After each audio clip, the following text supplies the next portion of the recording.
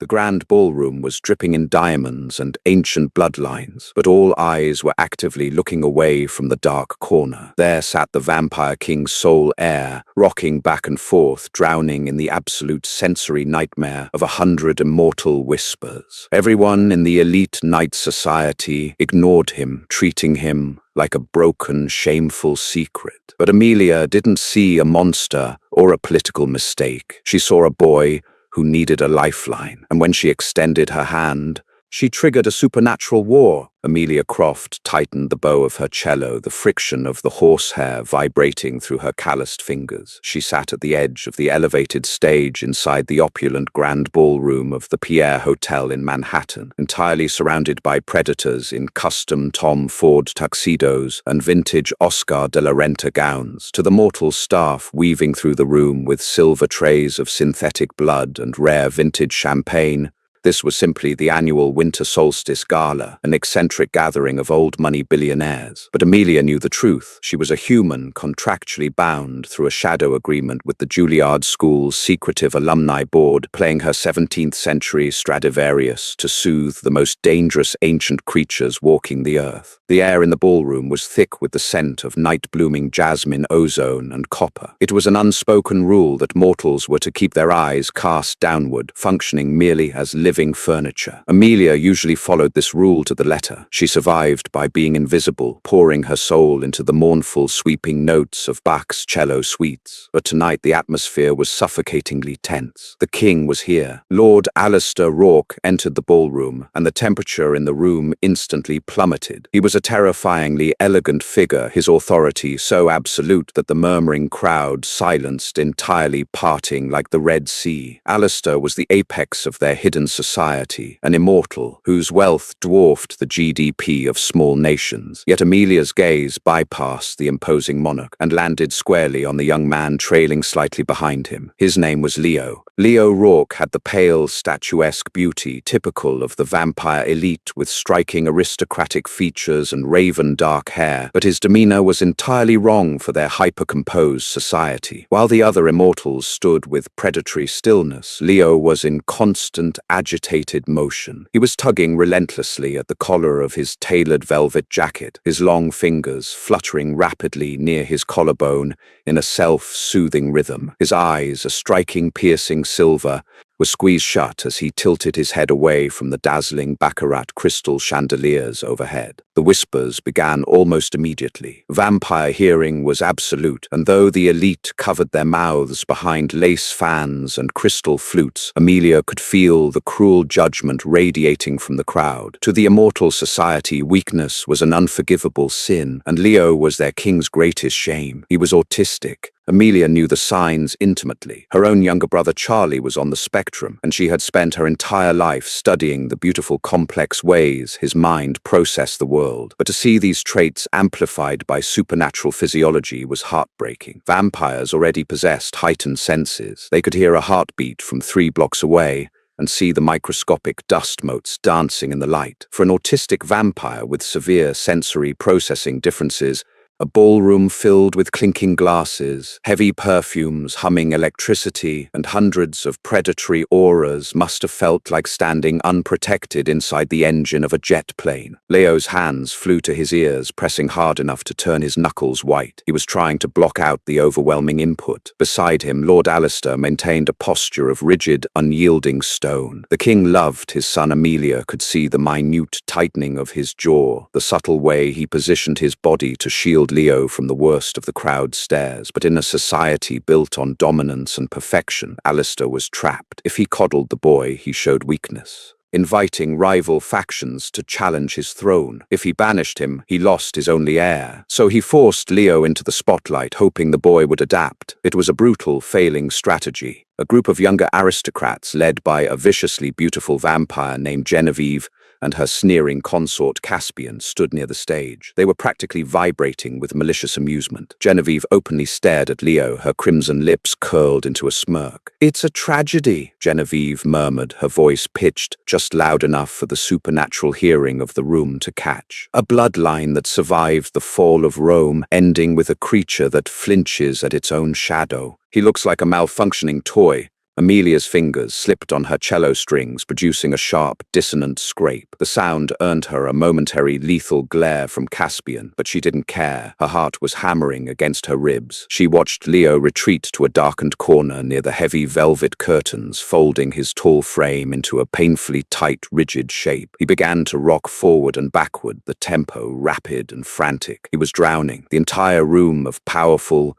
ancient beings was actively watching him drown, sipping their champagne, their apathy sharper than any fangs. Amelia kept playing her bow, moving over the strings, but the music felt hollow against the heavy, tragic reality unfolding in the corner of the room. She couldn't look away from him. The tension in the ballroom tightened like a piano wire about to snap. Amelia's cello wept through the final movement of a Brahms sonata, but her eyes remained locked on the dark corner where Leo was deteriorating. His rocking had grown more aggressive. The velvet fabric of his jacket was visibly crushing under the desperate grip of his own hands. The sensory input of the room was breaching his defenses, and no one was helping him. Then the inciting incident occurred. It was a trivial accident that would have barely registered at a human gathering, but in a room full of apex predators, it was catastrophic. A young mortal waiter, visibly trembling under the terrifying gazes of the guests, collided with a marble pillar. The silver tray he was carrying tilted, and a pyramid of 12 heavy baccarat crystal glasses cascaded onto the marble floor. The sound of the shattering glass was sharp and violent. For Amelia, it was a loud crash. For the vampires, it was a thunderclap. But for Leo, whose nervous system was already overloaded, it was a physical assault. Leo let out a raw, agonizing sound, a broken gasp that echoed over the sudden silence of the room. He collapsed onto his knees right there in the shadow of the curtains, throwing his arms over his head. His breathing became hyperventilated, a rapid, tearing sound, and his body began to shake violently.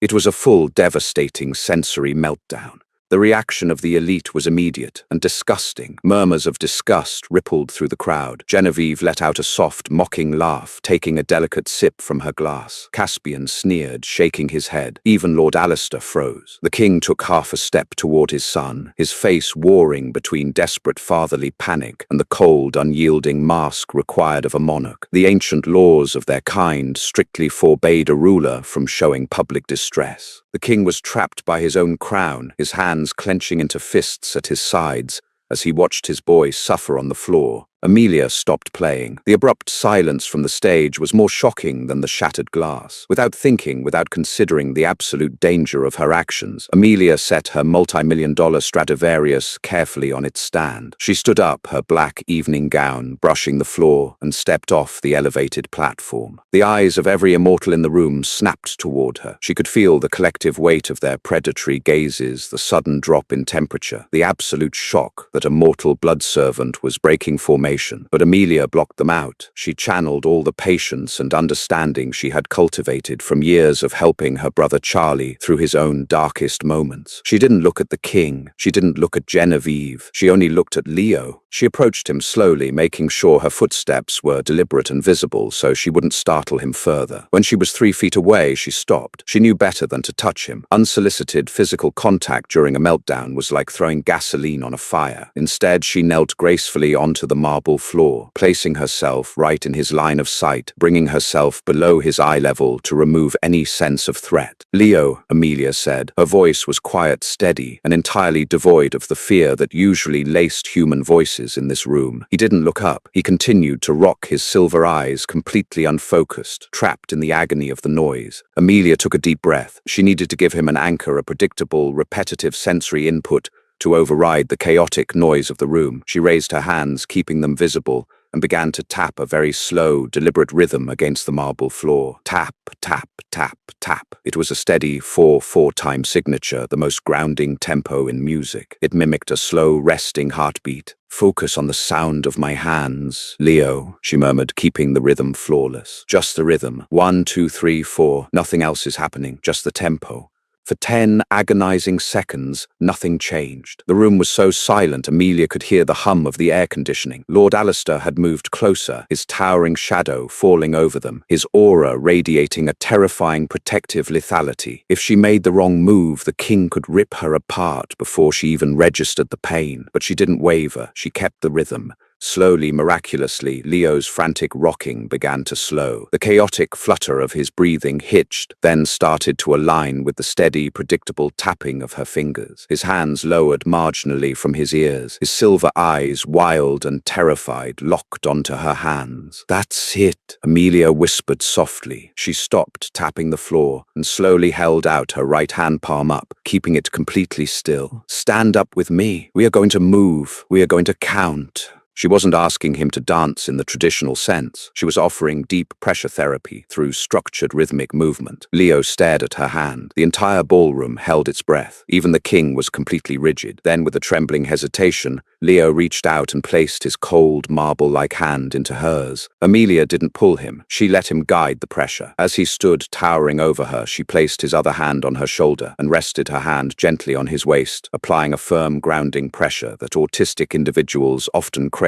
to feel physically anchored. "Step on the one," Amelia instructed softly, beginning to move her feet in a slow box step pattern. 1, 2, 3, 4. Leo stumbled on the first step, his body stiff, but Amelia held the frame firmly. She became his metronome. With every rigid step, she reinforced the count. 1, 2, 3, 4. Slowly, the tension bleeding from his muscles was palpable. His breathing deepened. The chaotic noise of the room faded into the background as he locked onto the absolute mathematical predictability of her steps. They were dancing. In the middle of the viper's nest, the ignored, broken prince was dancing with a mortal, and for the first time in his immortal life, he looked completely at peace. The music of the ballroom had long since died, but the rhythmic box step continued in the suffocating silence. Amelia kept the count, her voice a steady, metronomic whisper beneath the glare of 100 predatory stares. Leo's breathing, previously ragged and desperate, had smoothed into a slow, measured cadence. The violent trembling in his shoulders ceased entirely. For those 3 unbroken minutes, the terrifying Vampire King's son was not a broken anomaly, but a young man finding his equilibrium in the storm. Slowly, Amelia brought her feet to a halt, easing the pressure on his waist. She didn't drop her hands immediately, knowing a sudden withdrawal of deep pressure could trigger a secondary panic. She waited for Leo to pull away first. When his silver eyes blinked, the wild, unfocused terror replaced by a striking, crystalline clarity, he stepped back. His hands fell smoothly to his sides. He looked down at Amelia, not with the predatory hunger typical of his kind, but with a profound,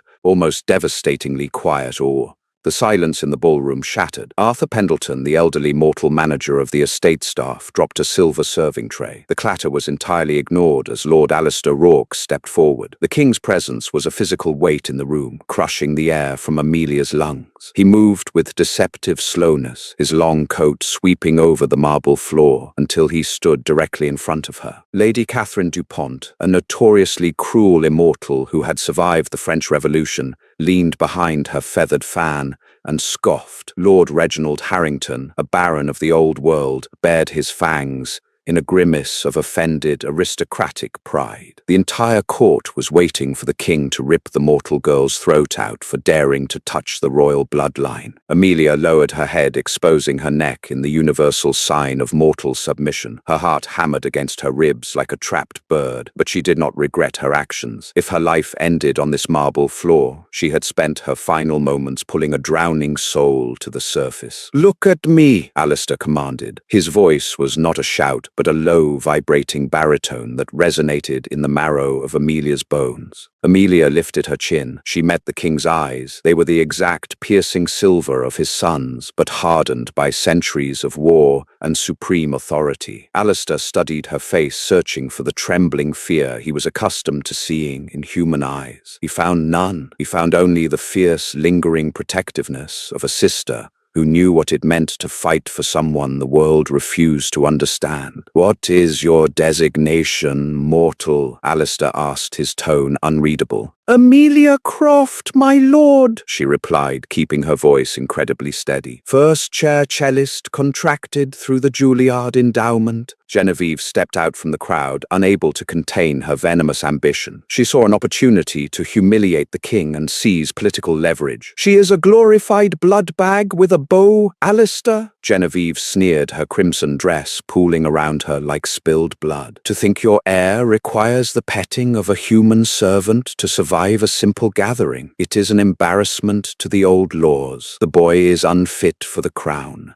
The temperature in the room dropped below freezing. Frost visibly bloomed across the edges of the baccarat crystal chandeliers overhead. Alistair did not even turn his head to look at Genevieve. He merely flicked his wrist. A concussive wave of pure telekinetic force slammed into Genevieve, throwing her backward. She crashed into a marble pillar, with a sickening crunch of bone sliding to the floor in a heap of torn silk and shock. Caspian roared, stepping forward to defend his consort, but a single lethal glare from the king froze him in place. "The next immortal who speaks of my son with disrespect," Alistair said, his voice echoing with ancient, terrifying power, "will meet the dawn without their head." The ballroom descended into absolute terrified submission. Nobles lowered their eyes to the floor. Alistair turned his attention back to Amelia. The lethal fury vanished, replaced by a complex, calculating intensity. Arthur, the king, called out, never breaking eye contact with Amelia. The terrified mortal manager rushed forward, bowing so deeply his nose nearly touched the floor. "Yes, your majesty."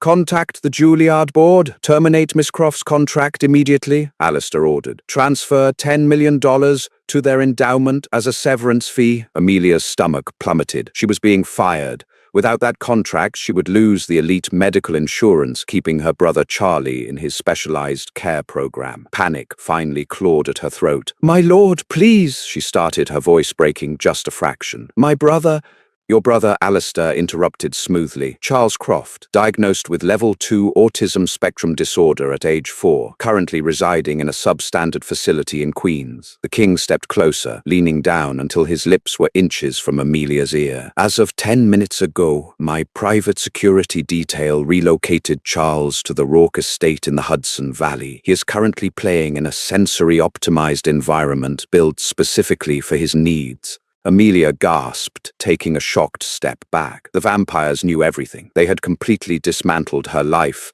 in the span of a single song. "You are no longer a musician for the court, Amelia Croft," Alistair declared, his voice echoing for the entire room to hear. "You belong to the House of Rourke now. You will live at my estate. You will act as my son's private companion, and if you can teach him to navigate this world as you did tonight, I will give you and your brother the world." The Rourke family estate, historically known as the Blackwood Manor before Alistair purchased the surrounding thousands of acres in upstate New York, was a fortress disguised as a breathtaking Gothic palace. Amelia sat in the back of a blacked-out Maybach, her fingers nervously twisting the fabric of her coat as the heavy wrought-iron gates parted. The transition from a struggling musician in a cramped Brooklyn apartment to a permanent resident of a supernatural empire had happened in less than 12 hours. She had found Charlie exactly as the king promised. Her younger brother was happily assembling an intricate Lego architecture set in a sprawling, soundproofed room filled with soft lighting and weighted blankets. He hadn't even noticed the move, thoroughly bribed by the sheer volume of new toys. But Amelia's reality was entirely different. She was a mortal trapped in a gilded cage filled with immortal predators. Her new role was unprecedented. In vampire society, humans were sustenance servants or disposable entertainment. A human elevated to the position of a royal companion, a guide to the crown prince, was a massive political disruption. On her third night at the estate, Amelia was summoned to Leo's private quarters. A towering vampire guard named Silas, no, his name was actually Desmond, escorted her down a long corridor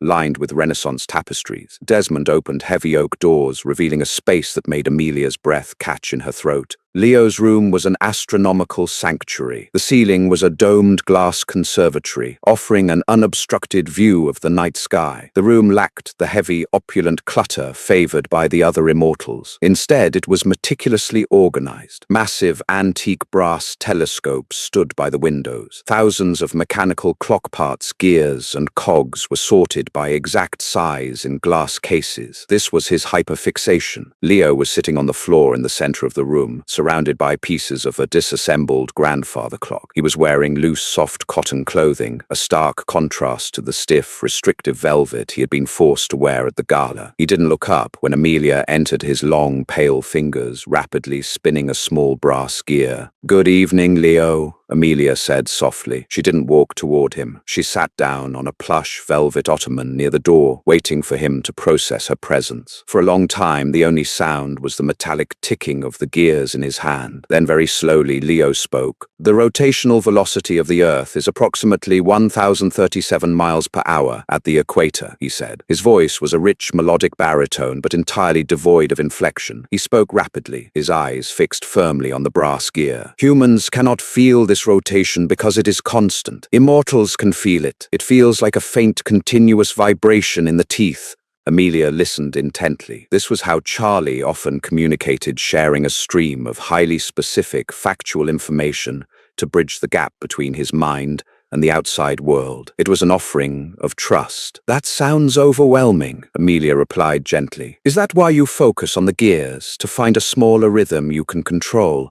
Leo's hand stopped spinning the gear. He slowly turned his head, his silver eyes landing on her face. For a brief second, a profound look of relief washed over his striking features. He was centuries old, yet in all that time no one had ever simply asked him why he did things. They only told him to stop. Before Leo could answer, the heavy oak doors swung open. A servant entered carrying a small, intricately carved mahogany box. "A gift for the prince," the servant murmured, bowing low. "From Lord Reginald Harrington, a token of apology for the tension at the gala." Amelia felt an instant cold spike of adrenaline. The aristocrats at the gala had hated Leo. They despised his weakness. A gift from one of them was not an apology, it was a weapon. "Leave it on the table," Amelia ordered sharply, her voice carrying an authority she didn't know she possessed. The servant complied and hurried out of the room. Leo tilted his head, his acute senses immediately locking onto the box. He stood up, his tall frame looming in the dim light, and began to walk toward the mahogany case. "Leo, wait," Amelia warned, stepping forward.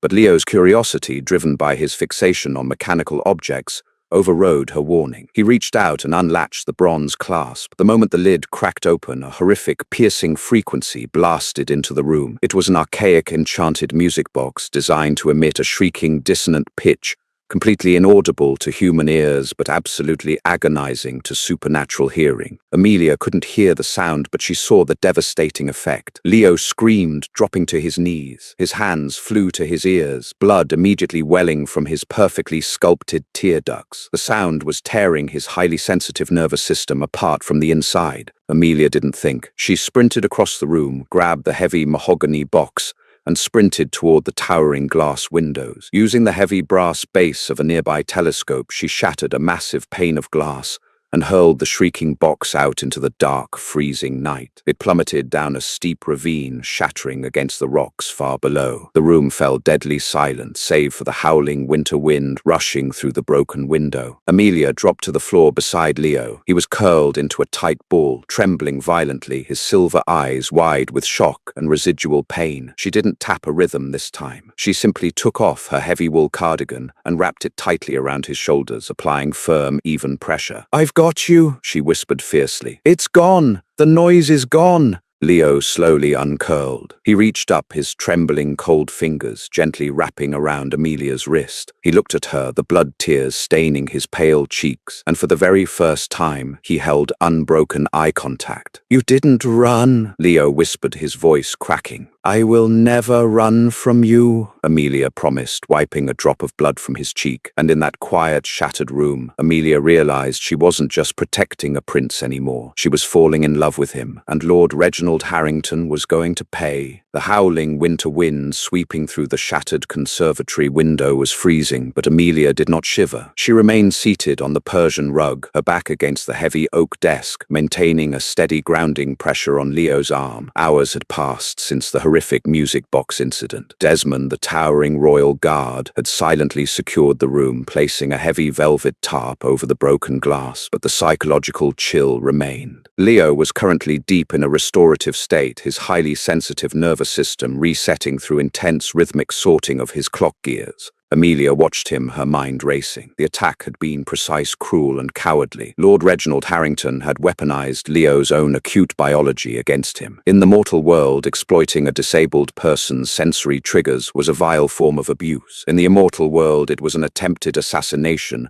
of the Crown Prince. The heavy doors swung open, and the temperature in the room plummeted. Lord Alistair Rourke entered, his ancient eyes sweeping the damage. The king's aura was practically vibrating with lethal, suppressed fury. He looked at the velvet tarp, then at his son, and finally at Amelia. Desmond recovered the remnants of the device from the ravine. Alistair set his voice a dangerous low rumble. He gestured to the guard who stepped forward and placed a silver tray on the desk. Upon it lay the shattered, snow-covered fragments of the mahogany box and a twisted mess of internal brass cogs. It is completely destroyed. Without proof of its origin, the High Council will view an execution of Lord Reginald as an act of unprovoked tyranny. A civil war will fracture the eastern seaboard. Amelia stood up carefully, releasing her hold on Leo's arm. "With all due respect, Your Majesty, Lord Reginald," sent it through a courier. The servant announced his name. "A servant who has conveniently disappeared into the Hudson River," Alistair replied coldly. "Reginald is a coward, but a politically insulated one. He will claim the servant was bribed by a rival faction to frame him. Unless we can prove he commissioned this exact mechanism, my hands are tied by the ancient laws." A soft, metallic clink echoed in the quiet room. Both Amelia and Alistair turned. Leo had abandoned his pristine piles of sorted gears and moved to the desk. He did not look at his father. His silver eyes were locked entirely on the shattered, twisted wreckage of the weapon that had nearly lobotomized him. His long, pale fingers hovered over the jagged brass pieces. "Leo," Amelia asked softly, ensuring she didn't startle him, "is it too loud to look at the metallurgical composition?" Leo murmured, his voice flat, his hands moving with sudden, blinding speed. To Amelia's mortal eyes, his fingers were a blur as he began separating the microscopic fragments of the shattered mechanism. "It is not standard brass. It is an alloy. 70% copper, 25% zinc, 5% refined silver." Alistair froze, stepping closer. "Silver in a clockwork mechanism. It creates a specific resonant frequency." Leo continued, his hyperfixation taking absolute control. He wasn't overwhelmed.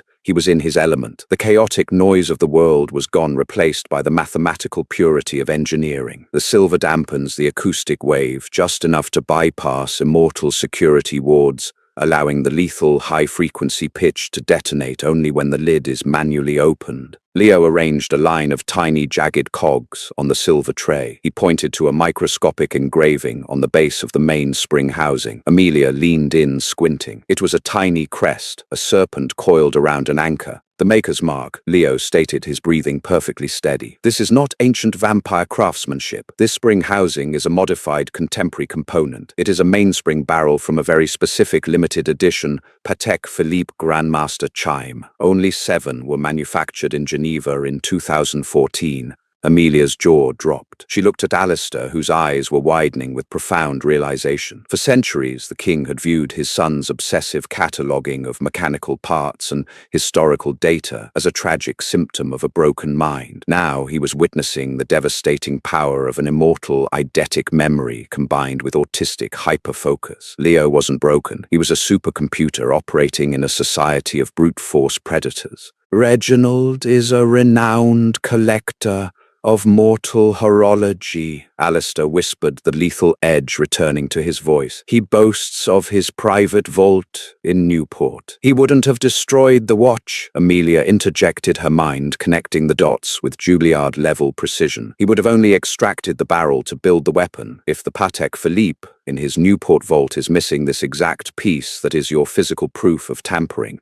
Alistair stared at the mortal girl, then down at his son, who was currently reorganizing the gears by weight. A slow, terrifying smile spread across the Vampire King's face. "Desmond," Alistair commanded, not looking away from his heir. "Prepare the jet." We are calling an emergency summit of the High Council at the Newport estate. It is time to let the aristocrats see exactly how capable my son truly is. Amelia reached out and gently tapped a slow 4-beat rhythm on the edge of the desk. Leo immediately looked up, finding her eyes. "We are going to a very loud place, Leo," Amelia told him honestly, her voice soft but fiercely determined. "But you aren't going to hide in the corner this time. You are going to dismantle them." The grand foyer of the Harrington estate in Newport, Rhode Island, was a masterclass in Gilded Age excess. Soaring marble columns imported from Italian quarries in the late 1800s supported a ceiling fresco depicting the fall of angels. Tonight it served as the courtroom for the High Council of the Night. Over 40 of the most ancient, powerful immortals on the continent stood in small, calculating clusters. They wore bespoke Tom Ford and Chanel, sipping O-negative from crystal stemware,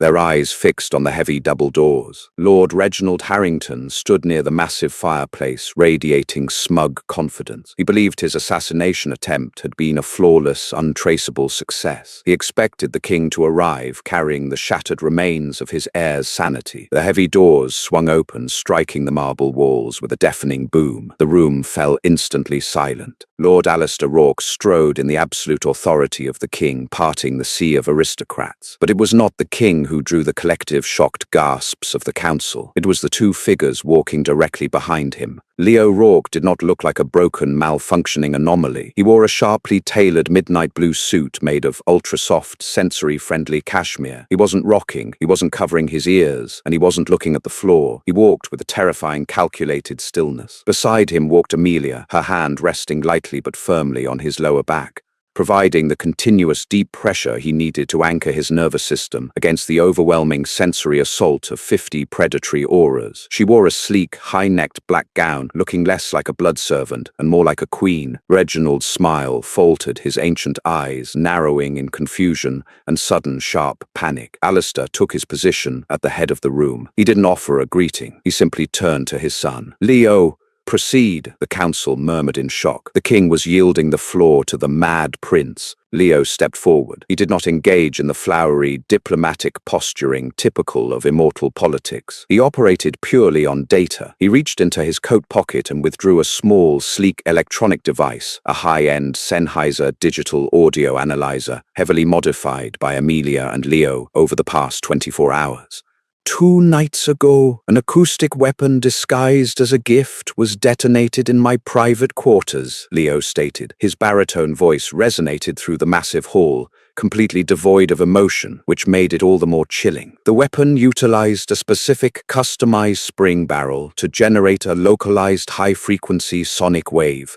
Reginald scoffed loudly, stepping forward to interrupt. "My king, surely we are not going to subject the High Council to the mechanical delusions of your son. If there was an attack, where is the proof?" "The proof," Leo continued seamlessly, completely ignoring Reginald's mockery, "is in the frequency." Amelia stepped forward, pulling a small remote from her clutch. "Before we destroyed the device, I used my digital metronome and recording equipment to capture the acoustic footprint of the weapon. When an immortal manipulates a mechanical object to that degree, they leave microscopic trace elements of their own unique biological frequency on the metal. It's basic acoustic physics." She pressed a button on the remote. The modified Sennheiser device in Leo's hand flared to life. It didn't emit the painful shriek of the weapon. Instead, it broadcasted a low, rhythmic, pulsing sound. Thump, thump, thump. "This is the isolated biological resonance found on the silver alloy within the weapon." Leo explained, his silver eyes finally locking directly onto Reginald. "It operates at a frequency of 432 Hertz.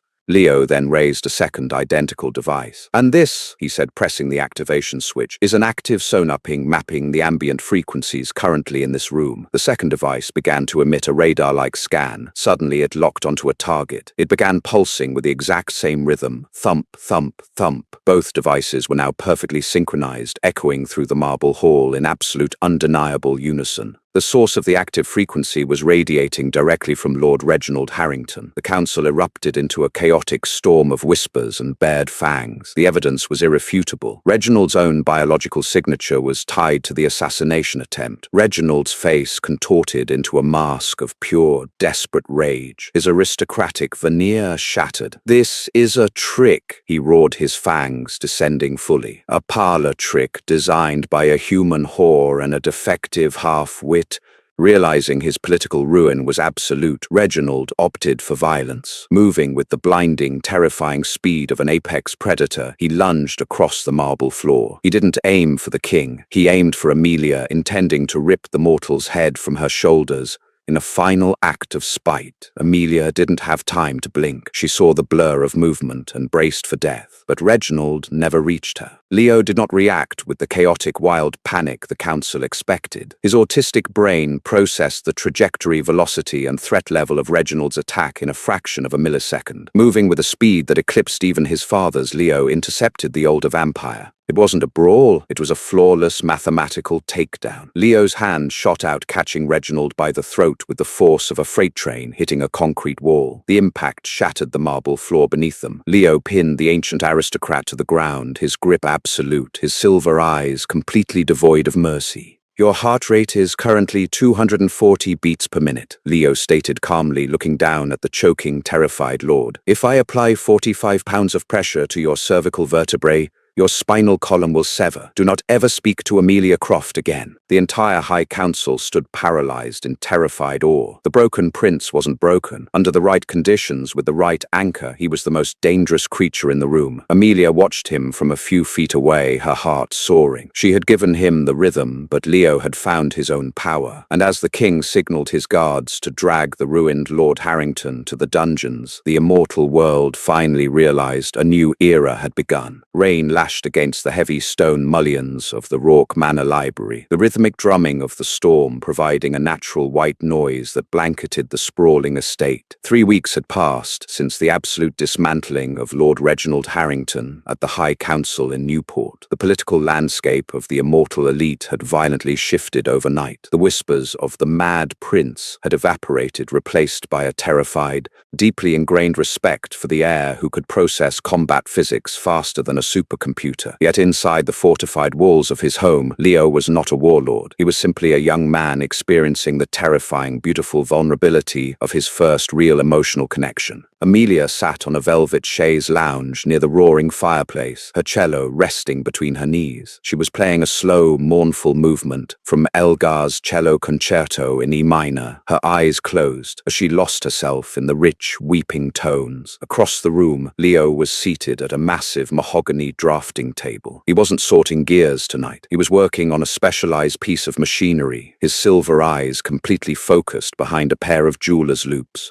The chaotic energy that used to rule his body was gone, anchored by the steady, predictable tempo of Amelia's music. Amelia finished the final note, letting the vibrations slowly decay into the silence of the room. She opened her eyes to find Leo already looking at her. He had removed the loupes and was holding a small, intricate object forged from polished rose gold and dark ebony wood. He stood up and crossed the Persian rug, his movements fluid and silent. "I have completed it," Leo announced softly, his baritone voice lacking the sharp, clinical detachment he used in public. He sat on the edge of the chaise beside her, leaving exactly 3 inches of space between their bodies, a boundary he maintained out of deep respect for her physical space, waiting for her to initiate contact. "What did you build?" Amelia asked, her lips curving into a warm smile. She set her cello carefully on its stand and leaned closer. Leo held out his hand, palm open. Resting on his pale skin was a breathtakingly complex mechanical metronome. It was small enough to fit in her palm, featuring a crystal-clear glass face that revealed the mesmerizing interlocking rose gold gears inside. "Standard mortal metronomes are flawed," Leo explained, his gaze dropping to the device as he spoke, a habit he fell into when discussing his hyperfixations. "Even the most expensive models produced by Steinway and Sons possess a microscopic drag coefficient. They lose approximately 0.02 seconds of tempo every 48 hours. It is mathematically imprecise." Amelia gently took the device from his hand. The metal was cool, but it immediately began to warm against her skin. "And this one?" she asked softly. "I utilized a frictionless, magnetic escapement mechanism," Leo replied, finally lifting his silver eyes to meet hers. "It will not lose a fraction of a millisecond for the next 10,000 years. Furthermore, I calibrated the pendulum's primary oscillation frequency." He reached out his long, cold index finger, lightly pressing a small button on the side of the device. The metronome sprang to life. Tick, tick, tick, tick. Amelia's breath caught in her throat. She recognized the tempo immediately. It wasn't a standard 4/4 musical beat. It was the exact steady rhythm she had tapped on the marble floor of the Pierre Hotel on the night they met. "It is calibrated to 60 beats per minute," Leo whispered, his gaze dropping to her lips before snapping back to her eyes. "The exact resting heart rate you maintain when you are in a state of calm. I read the literature you provided me, the research by Dr. Temple Grandin regarding deep touch pressure and rhythmic anchoring for autistic neurology. You anchor me, Amelia. I built this so that when I am required to attend the High Council without you, I can hold this in my hand and feel your heartbeat." It was the most profoundly romantic declaration Amelia had ever heard. It wasn't wrapped in poetic metaphor or dramatic immortal posturing. It was pure, unadulterated, mathematical devotion. Tears pricked the corners of her eyes. She didn't hesitate. She bridged the 3-inch gap between them, wrapping her arms around his broad shoulders and pressing her face into the crook of his neck. Leo stiffened for a fraction of a second. Unexpected physical contact was always a shock to his system, but then he melted into her embrace, his arms wrapping tightly around her waist, applying that deep grounding pressure they both craved. While the prince and his mortal anchor found peace in the library, a poison was slowly seeping into the outer edges of the estate. Miles away at the heavily guarded perimeter gate, a daytime mortal security contractor named Miller was nervously checking his encrypted phone. Miller was heavily in debt to a syndicate operating out of Hell's Kitchen, a vulnerability that had been easily sniffed out by a predator. From the shadows of the old-growth forest, Genevieve emerged. The beautiful, vicious vampire moved flawlessly through the pouring rain,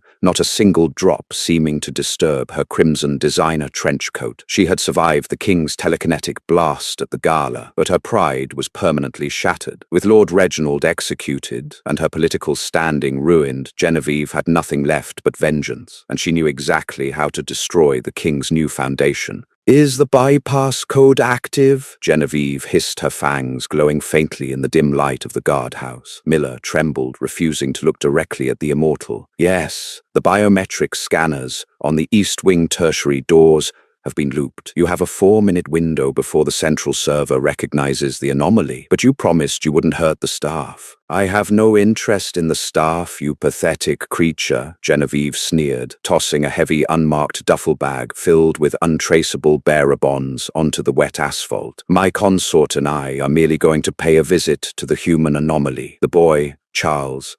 Genevieve's eyes gleamed with a sickening, triumphant malice. She knew she couldn't take Leo in a direct fight. The prince was a physical god, but Leo's newly stabilized world hinged entirely on Amelia, and Amelia's world hinged on her brother. By taking the autistic child hostage, Genevieve would shatter the fragile ecosystem of the Rourke bloodline, proving once and for all that mortal attachments were a fatal weakness. Caspian materialized beside her, his jaw set in a cruel line. Together, they vanished into the stormy night, slipping past the fortified gates and heading straight for the East Wing. Midnight struck with the deep, resonant chime of the manor's grand clock tower, the sound vibrating through the stone foundations. In the East Wing, nestled safely behind heavily soundproofed walls, Charlie Croft was sitting cross-legged on a plush, sensory-friendly foam mat. The 10-year-old was happily oblivious to the violent world outside, completely engrossed in lining up his collection of miniature, die-cast vintage cars by color gradient, transitioning perfectly from cherry red to sunset orange. The soft, ambient blue lighting of the room cast a peaceful glow over his intense concentration. Down the hall, the tertiary security door, a massive slab of reinforced steel designed to withstand a mortar strike, clicked softly. The biometric scanner above the handle flashed green, tricked by Miller's looped code. Genevieve and Caspian stepped into the corridor, moving with the terrifying absolute silence unique to apex predators. walls. "Find the child," Genevieve commanded Caspian through a barely audible whisper, her crimson coat dripping rainwater onto the pristine marble floor. "We extract him, take him to the catacombs under the city, and send the king a piece of his sister every hour until the prince abdicates the throne."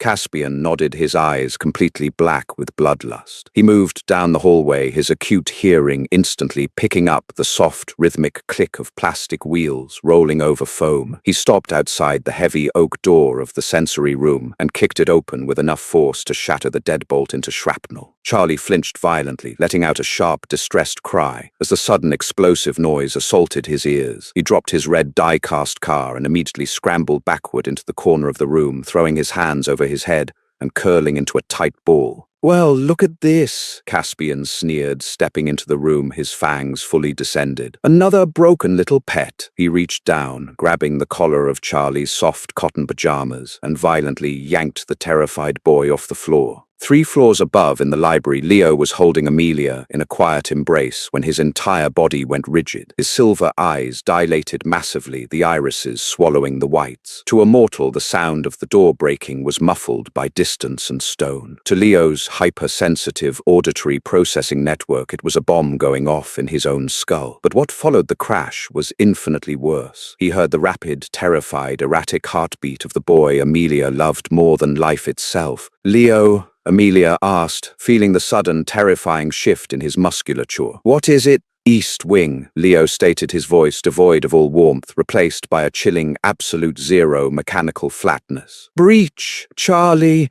Amelia's stomach plummeted into an abyss of panic. She didn't even have time to scream before Leo moved. He scooped her into his arms, holding her tightly against his chest to protect her neck from whiplash, and launched himself out of the library. He moved so fast the world blurred into a smear of stone and tapestry. He didn't take the stairs. He vaulted entirely over the grand staircase railing, dropping 3 stories and landing with a concussive boom that cracked the marble foyer, absorbing the kinetic energy flawlessly. In the East Wing sensory room, Genevieve had just stepped inside, watching Caspian drag the screaming, thrashing child toward the door. "Keep him quiet," Genevieve snapped, irritated by Charlie's high-pitched vocalizations of distress. "Put him down." The voice didn't come from a shout. It came from the doorway, spoken in a low, resonant baritone that vibrated the glass of the recessed lighting fixtures overhead. Genevieve whipped around. Leo stood in the shattered doorway, with Amelia stepping safely behind his broad, protective frame. The prince did not look manic. He looked like an executioner. The chaotic, sensory environment of the shattered room, the flashing emergency lights, the screaming child, the smell of ozone and rain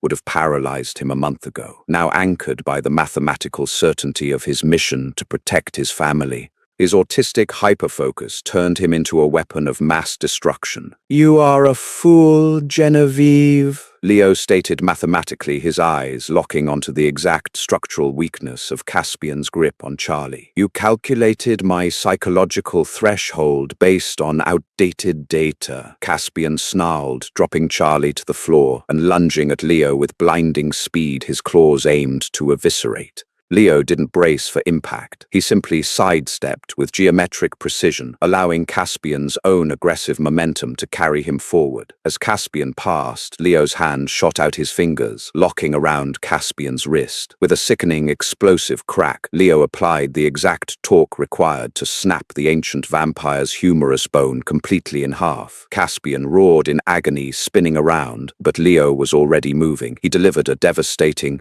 piston-like strike to Caspian's sternum, shattering the ribcage and sending the massive immortal flying backward into the hallway wall, where he slumped paralyzed by the traumatic spinal impact. The entire exchange took less than 2 seconds. Genevieve shrieked, realizing she had fundamentally miscalculated. Desperate, she lunged toward Charlie, intending to take the boy hostage. Amelia, fueled by pure adrenaline and sisterly rage, didn't wait for Leo. She grabbed a heavy, weighted therapy blanket from the floor and threw it directly over Genevieve's head, blinding the immortal for a crucial fraction of a second. It was all the time Leo needed. He crossed the room instantly, grabbing Genevieve by the throat through the heavy fabric of the blanket. He lifted her effortlessly off the floor, her legs kicking wildly in the air, Your heart rate is elevating to panic levels, Leo informed her calmly, his grip tightening just enough to restrict airflow without severing the neck. You believed my neurological differences made me a victim. You failed to realize that while you process the world through emotion and ego, I process it through physics and consequence, and the consequence for threatening my pack is absolute. Desmond and a dozen royal guards flooded into the room, their weapons drawn, but the fight was already over. Leo carelessly tossed the gasping, defeated Genevieve into the arms of the guards. Take them to the king, Leo ordered, his voice echoing with undisputed royal authority. Inform him the perimeter has been compromised by the daytime contractor Miller. Have the syndicate in Hell's Kitchen eradicated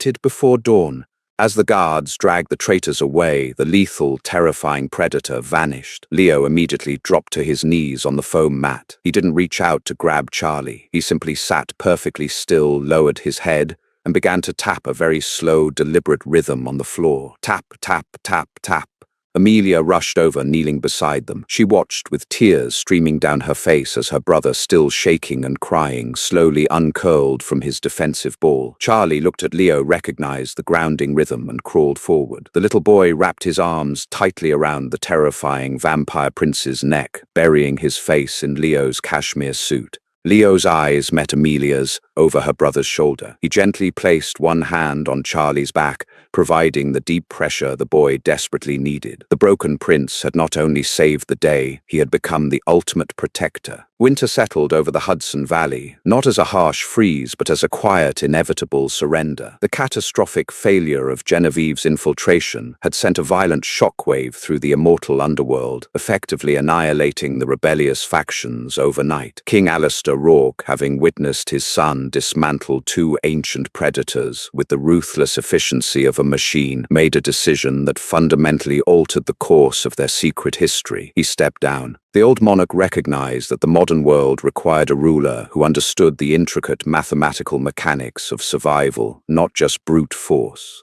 The Ascension ceremony was held in the soaring nave of the Cathedral of St. John the Divine in Manhattan, temporarily shuttered to the mortal public under the guise of an exclusive Juilliard philanthropic gala. The colossal Gothic arches, originally designed by the mortal architect Ralph Adams Cram, were bathed in the flickering golden light of 10,000 beeswax candles. The High Council, significantly thinned and utterly subdued by fear, stood in perfect silent rows. Amelia stood beside Leo at the high altar, her hand firmly anchored in his. She wore a breathtaking gown of midnight blue silk, a subtle, deliberate match to Leo's sensory-friendly cashmere suit. Charlie was seated safely in the front row, wearing high-grade noise-cancelling headphones, happily sketching the intricate stained-glass windows on his digital tablet. Alistair Rourke, standing in the shadows of the transept, watched his son with a profound, quiet pride. For centuries, the old king had tried to force Leo into the mold of a traditional, brutal warlord, secretly fearing his son's neurodivergence was a fatal flaw that would doom their bloodline. But watching Leo dismantle ancient laws with academic precision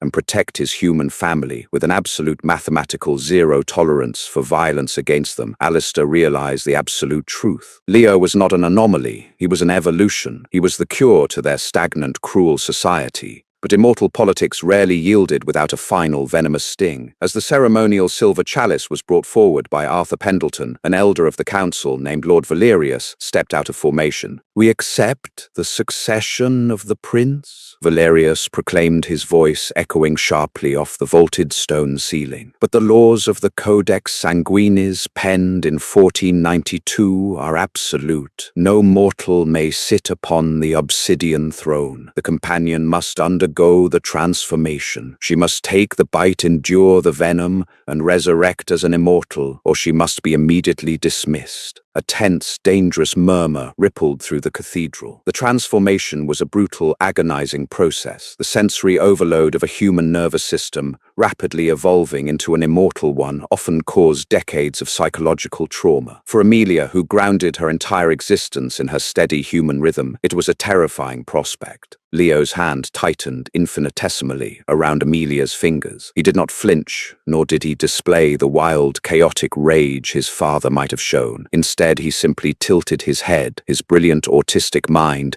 instantly calculating the exact trajectory and weakness of Valerius's political trap. You cite the Codex Sanguinis, Lord Valerius, Leo replied. His baritone voice resonated with absolute chilling calm. Specifically, you are referencing Chapter 4, Article 12, which dictates the biological requirements of a monarch's consort. I am my king, Valerius sneered slightly, believing he had finally outmaneuvered the quiet prince. Your reliance on summary translations is a fatal flaw, Leo countered smoothly, his eidetic memory effortlessly accessing texts he had memorized 3 centuries prior in the Vatican's sealed archives. The original Latin manuscript penned by the First Council in Rome does not mandate a biological transformation. The exact phrasing is vinculum resonantiae, a bond of resonance. It requires the monarch and the consort to share a singular, unbroken biological frequency. Historically, this was achieved through the venom transition simply because our ancestors lacked the technological and mathematical comprehension of acoustic physics.